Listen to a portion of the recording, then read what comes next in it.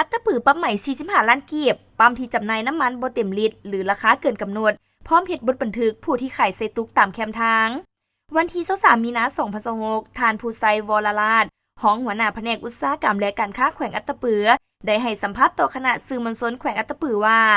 ต่อสภาพการที่เข่งฮ้อนในระยะที่บ่มีความสงบในภาคพื้นตะวันออกกลางการสนองและการจำหน่ายน้ำมันเสื้อไฟอยู่ภายในแขวงพบกับความยุ่งยากแผนกอุตสาหกรรมและการค้าแขวงอัตตปือได้ปฏิบัติมาตรการขั้นเด็ดขาดต่อผู้ที่ละเมิดในการสนองและจำหน่ายภายในปั๊มและไซตุกในนี้จะปฏิบัติมาตรา79จำหน่ายน้ำมันบ่เต็มลิตรหรือเกินราคากำหนดแม้นจะถูกปรับใหม่45ล้านกีบสำหรับผู้ขายย่อยขายไซตุกตามแคมทางแม้นได้เฮ็ดบทบันทึกเป็นเทียมห้อยแล้วถ้าผู้ใดบ่ปฏิบัติจะได้ยึดและปรับใหม่ตามระเบียบการ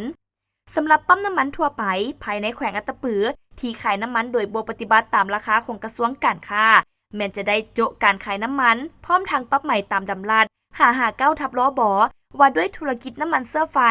บ่ว่าจะเป็นในกรณีอื่นก็ตามเป็นต้นให้ตัวแทนบ่แม่นตัวแทนหรือลูกค้าตามสัญญาจำหน่ายต้องปฏิบัติตามราคากระทรวงวางออกซึ่งปัจจุบันราคาน้ำมันกระสวน 39,360 กีบต่อลิตรน้ำมันแอดซัง 39,260 กีบต่อลิตรดังนั้นยังห้องถึงผู้ประกอบการปั๊มน้ำมันจงช่วยกันปฏิบัติระเบียบการที่กระทรวงอุตสาหกรรมวางออกอย่างเป็นเจ้าการ